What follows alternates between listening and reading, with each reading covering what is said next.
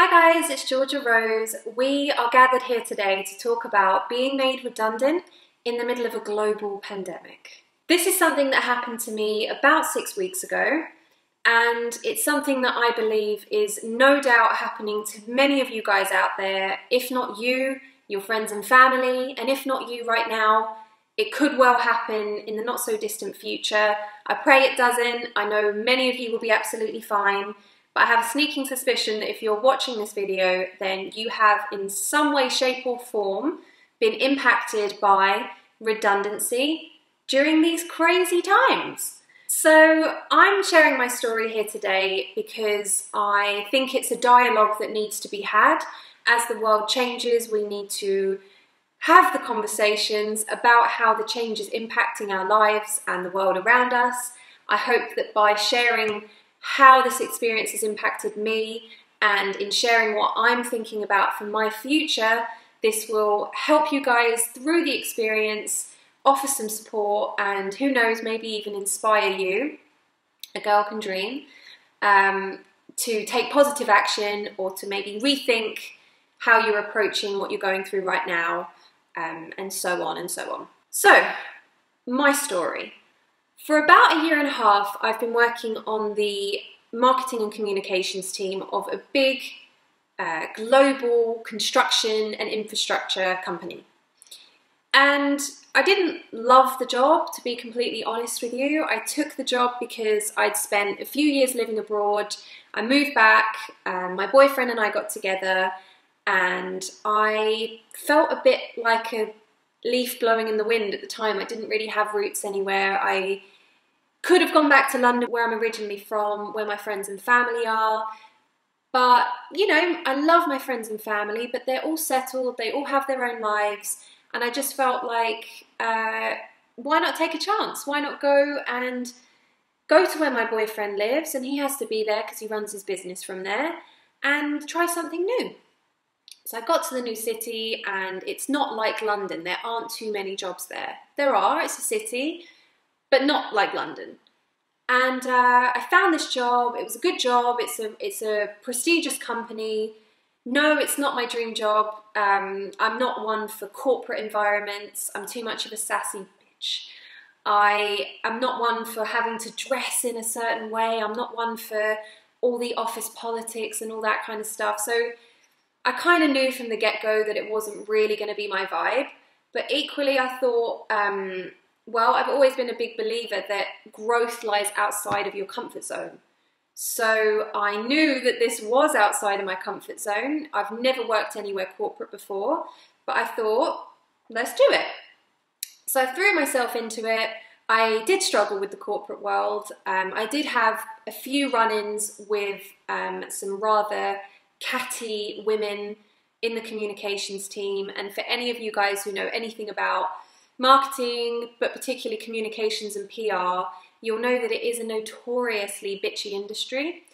And I personally don't do very well with that kind of office bullying and this hierarchy and having to just allow people to talk to you like trash so they can feel better about themselves. I can't get on board with it. So I did have a few run-ins with them. I know that they kind of didn't like it, but equally I did a pretty good job. So, you know, year and a half, everything was kind of ticking along okay. Coronavirus came around, and by the beginning of May, I was put on the government furlough scheme. And I'm sure you all know what the government furlough scheme is, but just in case there's anyone watching who doesn't, it's essentially where the government pays your company to pay you 80% of your salary, and you sit at home and do nothing. Now, of course, initially, this sitting at home and doing nothing and getting paid for it, it feels like a bit of a vacation. It's very new and novel, so it's maybe a little bit exciting. On the flip side, I've never experienced that before. I've always worked for a living. At the times that I haven't worked, I've been supporting myself. So personally, I felt a little bit guilty and a little bit kind of useless, just sitting at home doing nothing but getting paid to do nothing. But I tried to just kind of look on the bright side and make the most of it. I should also say though that I have some knowledge of economics and just how businesses tend to work. And I kind of thought, okay, so the workload that I was responsible for will have been reallocated while I've been out of the picture. And also knowing that economically, obviously, things are very bad. The UK is in the second worst recession of any developed country in the world. Spain is #1. Therefore, I know the company is going to be looking to make cuts, and it just makes sense that they've found ways to reallocate my work. Why would they bring me back?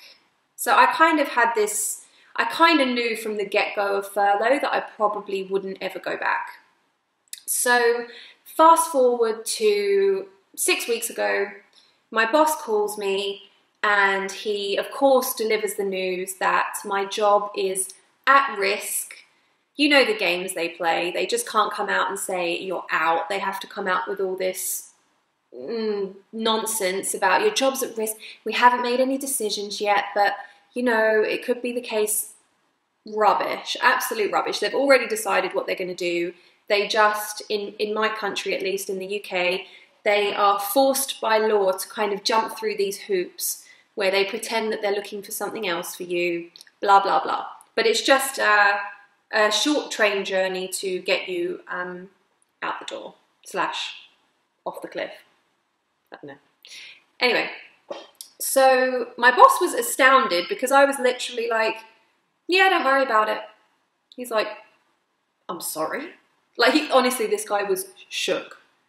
I'm like, yeah, like, it's not a big deal. Don't worry about it. You know, it wasn't really a great fit for me anyway. I knew this was going to happen. You know, I wasn't born yesterday. I saw the writing on the wall.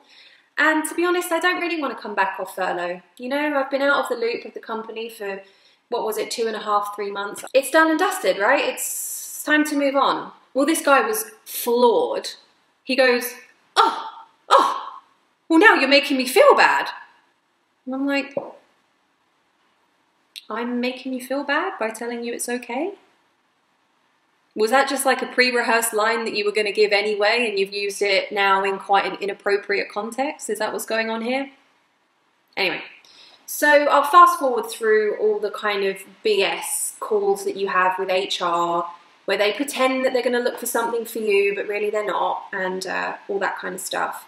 And eventually, as I said, about, I don't know, 6 weeks ago, I got the final devastating blow, shocking news that I was indeed being made redundant.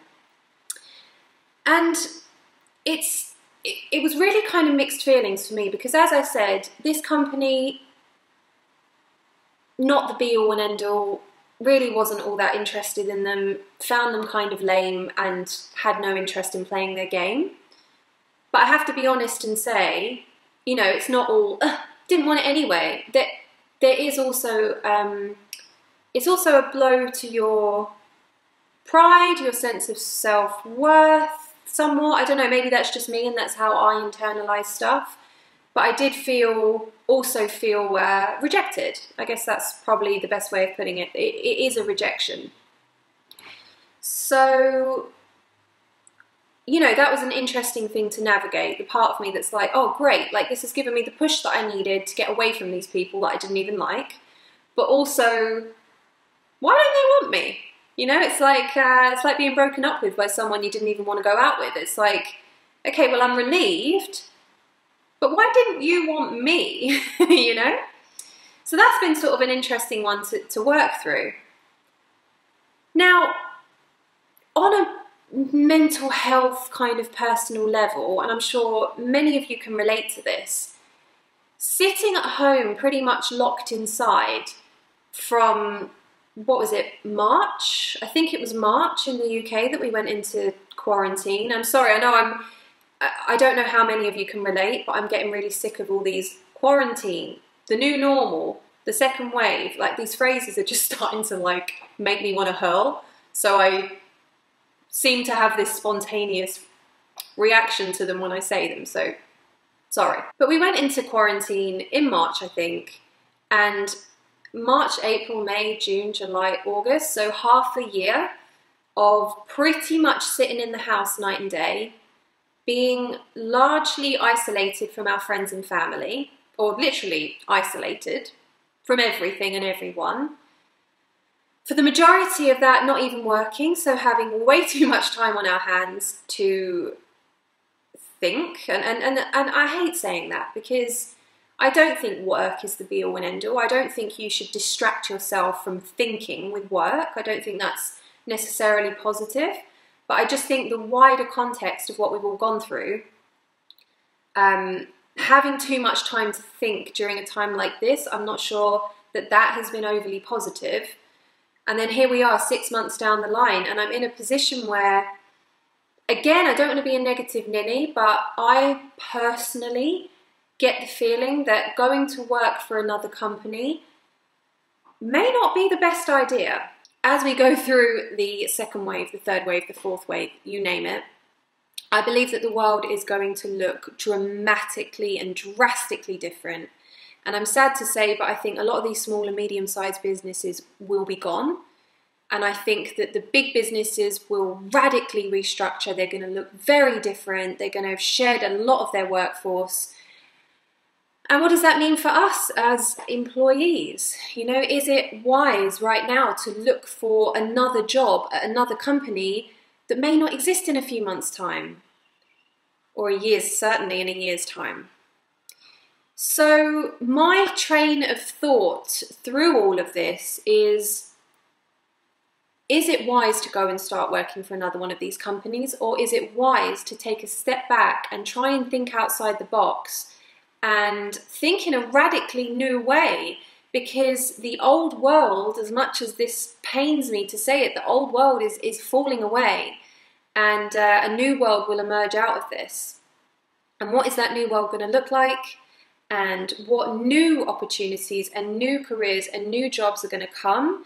And what old ones, we can try to cling on to them, we can go and get a job and try and hold on to that old world paradigm, but how long is it going to exist for? How long will it be there for?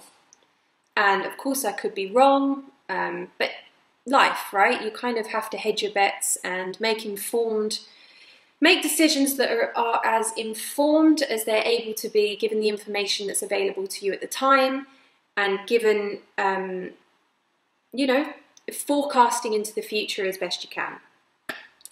So, me, I have started a YouTube channel during a global pandemic after being made redundant. Now, this YouTube channel may fail. At the moment, I have 21 subscribers, and I'm grateful to every one of them. And I've had 35 views on each of my videos so far. I've released 3 videos. And at the moment, I'm just enjoying it. But I'm also well aware that it may fail, it may be a disaster. It won't be a disaster because I enjoy it anyway. But what I'm doing is I'm thinking, okay, and this is super basic. People are sitting at home a lot more than they used to. Meanwhile, people are getting increasingly fed up with the BS in the mainstream media, in the entertainment industry. They're seeing through it, they're seeing the agenda, and there are plenty of people who are actually sick and tired of that. And that's why platforms like YouTube are booming. People are increasingly getting their news from independent journalists on YouTube. I'm not an independent journalist, but I'm providing a service, I'm providing entertainment in a sense. I believe that there's a place for everyone. You just need to get people to start to know who you are. At the moment, for me, no one knows I'm out there. YouTube's not promoting my videos. No one knows that I exist. But I have faith that I've got something to offer to the world. And I'm at the moment putting my bets, I'm hedging my bets, and I'm thinking YouTube is on the up. Whereas, as I mentioned, a lot of that old traditional stuff is, I think, on the way down. So I guess what I want to say to you guys is perhaps this is the best opportunity that you've ever had in your life to take a step back, take stock, really, really have an honest conversation with yourself about where you see your future, where you want your future to take you, what you want to do, but also trying to align that with the new world that we're heading into. I can't think of any other way to say it. The new world order. And again, you can either look at it as something scary or you can look at it as a fantastic opportunity. And believe me, I know how hard this is right now. I'm really struggling. It's affecting all areas of my life. I feel rudderless, I feel directionless, I feel a bit useless, to be honest with you. I'm frustrated. It's hard. It's hard, and it's not just hard because of, oh, I've been made redundant, so what? It's the bigger picture, it's what's going on in the world, it's where the world is taking us, it's where we're taking the world. Where are we going? Where is this going? So I think there's a lot of pressure on all of us right now. But I'm just encouraging all of you, and I'm encouraging myself as I'm talking to you, to try to see this as an opportunity and to try to get ahead of the curve, think outside the box, and be inspired to be part of the new world, to evolve with it. Don't cling on to the old paradigm, help build the new paradigm. So that's about all I have to say to you today. I am really curious to know if you've been made redundant during this global pandemic, or if you know anyone, friends and family, as I said before, who has. If you feel like your job may be at risk, how you're feeling, how it's going. And I'm also curious to know if any of you are doing what I said, if you're seeing this as an opportunity, if you're starting your own business, if you're starting your own YouTube channel, how's it going?